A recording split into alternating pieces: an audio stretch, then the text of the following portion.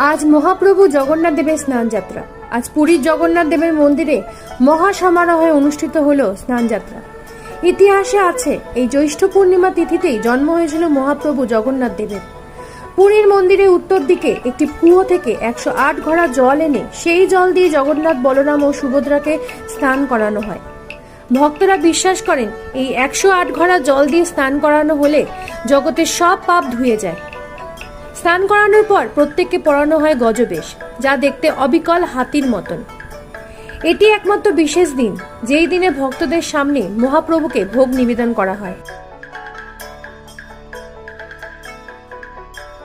অন্যদিকে পুরীর জগন্নাথ দেবের পাশাপাশি শ্রীরামপুর মাহেশের জগন্নাথ মন্দিরও বহু প্রাচীন ও ঐতিহ্যবাহী একটি মন্দির। 628 বছরের পুরনো শ্রীরামপুরে এই জগন্নাথ মন্দির